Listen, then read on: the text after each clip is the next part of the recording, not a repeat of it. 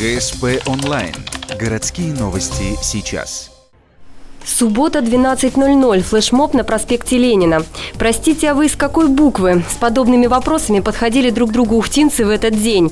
Через час подготовки на проспекте Ленина красовалась огромная надпись «Культура Ухта 70». Все это составлено из людских фигур. Участие в флешмобе приняли порядка 1200 горожан. Все очень отнеслись ответственно к этому. То есть, приходя на репетиции, у меня люди уже были подготовлены. Мне не приходилось там бегать, что-то заново выстраивать, объяснять. Они уже говорили: да, мы понимаем, как это сделать, давайте расскажите. Точка-точка, встали, вышли, ровно подровнялись. То есть люди заинтересованы, людям хочется участвовать в этом мероприятии. Так что мы очень надеемся, что вот сейчас вы увидите, как это будет здорово. Поздравить отрасль культуры с 70-летием таким образом пришло в голову начальнику управления культуры Владимиру Юрковскому. И ухтинцы с удовольствием поддержали и воплотили эту идею.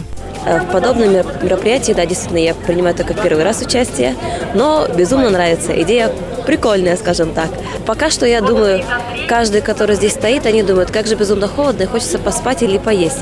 Но я так думаю, когда они увидят общую картинку, у всех поднимется настроение, и они скажут: да, здорово, я принимал в этом участие.